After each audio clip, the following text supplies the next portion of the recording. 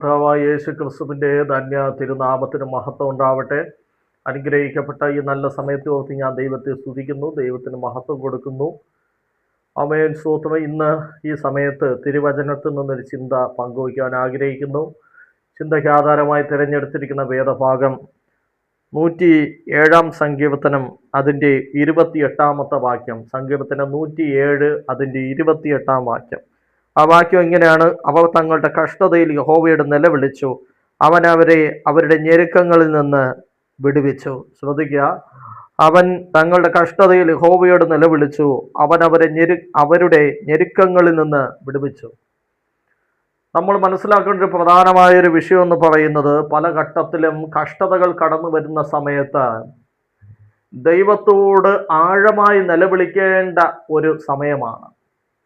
കഷ്ടതകൾ കടന്നു വരുമ്പോൾ ദൈവത്തോട് പിറുപിറുക്കുവാൻ നമ്മൾ പാടില്ല. കാര്യം, കഷ്ടതകൾ കടന്നു വരുമ്പോൾ ആ കഷ്ടതയുടെ നടുവിൽ നമ്മളെ നടത്തുന്ന ഒരു ദൈവമുണ്ട്.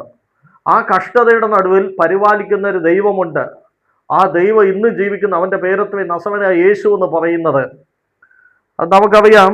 ഇവിടെ വചനം എടുത്തു പറയുന്നു, അവൻ അവരെ അവരുടെ ഞെരുക്കങ്ങളിൽ നിന്ന് വിടുവിച്ചു. അപ്പോൾ കഷ്ടത കടന്നു വരുന്ന സമയത്താണ് ഞെരുക്കങ്ങൾ കടന്നു വരുന്നത്.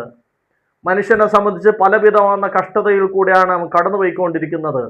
ശാരീരികമായിട്ടുള്ള ബലഹീനതയാകട്ടെ, സാമ്പത്തികമായിട്ടുള്ള പ്രശ്നങ്ങളായിക്കൊള്ളട്ടെ, കടഭാരങ്ങളായിക്കൊള്ളട്ടെ, എന്ത് ബുദ്ധിമുട്ടായിക്കൊള്ളട്ടെ. പക്ഷെ ഞാൻ വിളിച്ചു പറയുന്നു, നമ്മുടെ ജീവിതത്തിൽ കടന്നു വരുന്ന ഓരോ കഷ്ടതകളുടെയും പിന്നിൽ ഒരു അനുഗ്രഹം ഒളിച്ചിരിപ്പുണ്ട്. നമുക്കറിയാം, കർത്താവിൻ്റെ വചനവുമായുള്ള ബന്ധത്തിൽ ദൈവരാജ്യത്തിന് വേണ്ടി ഒരുങ്ങുന്ന ദൈവമക്കളെ സംബന്ധിച്ച് അവർ ഈ ഭൂമിയിൽ വളരെയേറെ കഷ്ടത സഹിച്ചാണ് കടന്നു പോകുന്നത്.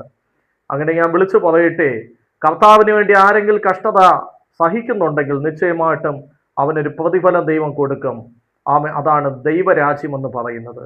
ദൈവം അനുഗ്രഹിക്കട്ടെ. ആമേൻ.